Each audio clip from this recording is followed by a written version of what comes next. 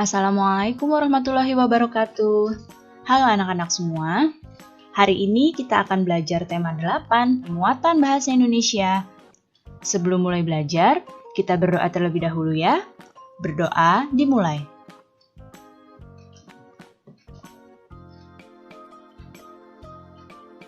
Berdoa selesai. Baik anak-anak, sudah siap untuk belajar hari ini? Kalau sudah siap, mari kita mulai belajarnya. Ada 3 orang anak yang sedang berbincang-bincang.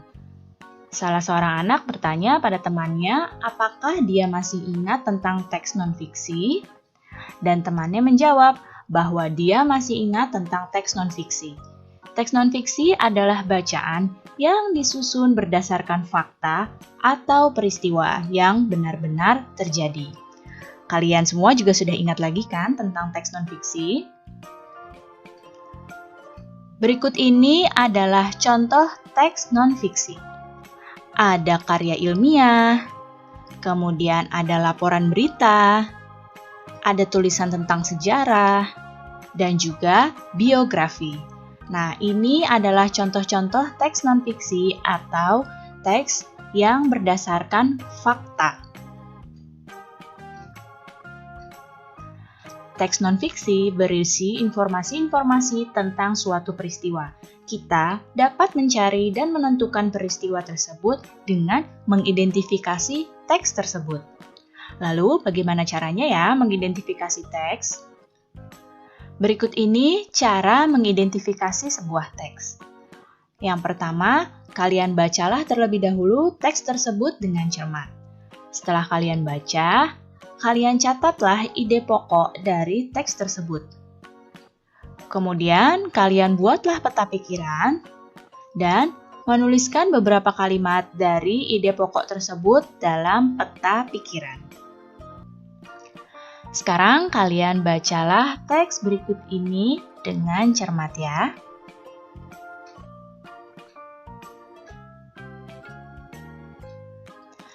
Nah, jika sudah selesai membacanya, kita akan coba mengidentifikasi peristiwa yang ada di teks ini menggunakan peta pikiran. Kita akan buat peta pikirannya dengan judul Berjalan sejauh 2,5 km demi air bersih. Di sini, peristiwa yang kita dapat identifikasi pertama bisa melalui pertanyaan, apa peristiwa yang terjadi? Nah, di sini peristiwa yang terjadi adalah masyarakat Lamaknen Selatan kesulitan untuk mendapatkan air bersih.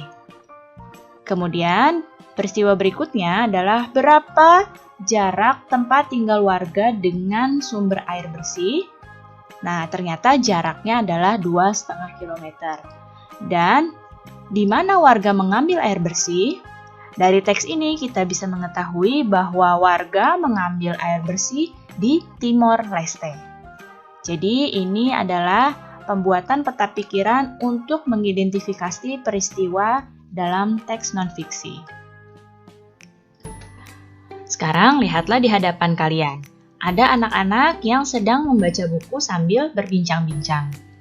Nah, di sini salah satu orang anak mengatakan bahwa dia membaca buku yang sangat seru tentang persahabatan semut dan gajah. Temannya berkata, kalau ceritanya tentang persahabatan semut dan gajah, berarti buku tersebut adalah buku bacaan fiksi. Nah, temannya juga mengatakan bahwa bacaan fiksi adalah bacaan yang ceritanya adalah khayalan atau tidak nyata. Sekarang kita akan memasuki muatan bahasa Indonesia. Pada pembelajaran sebelumnya, kamu telah mempelajari urutan peristiwa cerita non-fiksi. Kali ini, kamu akan mempelajari urutan peristiwa dalam cerita fiksi. Cerita fiksi ini kebalikannya dari non-fiksi. Kalau cerita fiksi adalah cerita yang berupa khayalan. Urutan peristiwa dalam cerita fiksi ini sering disebut dengan urutan cerita atau juga disebut dengan alur. Berikut urutan peristiwa dalam teks fiksi. Yang pertama adalah pengenalan situasi cerita. Kemudian, pengungkapan peristiwa yang menimbulkan masalah bagi tokohnya.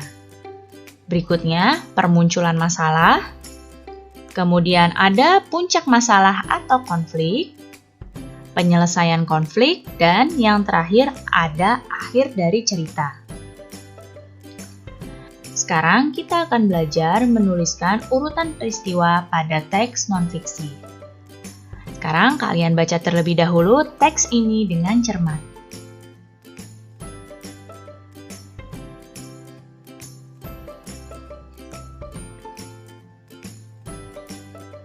Nah, setelah kalian baca, sekarang kita coba untuk menuliskan urutan peristiwa berdasarkan teks ini ya. Peristiwa yang pertama di sini adalah Berry si beruang melarang semut untuk mengambil air. Kemudian peristiwa yang berikutnya, semut di sini tidak menyadari bahwa Berry melarangnya mengambil air dan dia terus berjalan ke arah air. Peristiwa yang berikutnya, Berry marah dan mencakar serta berteriak kepada si semut. Peristiwa berikutnya, semutnya bingung dengan sikap Berry yang marah. Dan akhirnya semutnya pergi dari tempat itu dan Berry pun kembali ke sarangnya dengan jengkel. Jadi kalian menuliskan urutan peristiwa dari teks ini secara berurutan, dibaca terlebih dahulu dari paragraf 1 hingga paragraf yang terakhir, barulah kalian tulis secara berurutan. Baik anak-anak, cukup sekian ya penjelasan Ibu kali ini. Mudah-mudahan kalian paham dan mengerti. Terima kasih anak-anak semua, sampai jumpa lagi. Wassalamualaikum warahmatullahi wabarakatuh.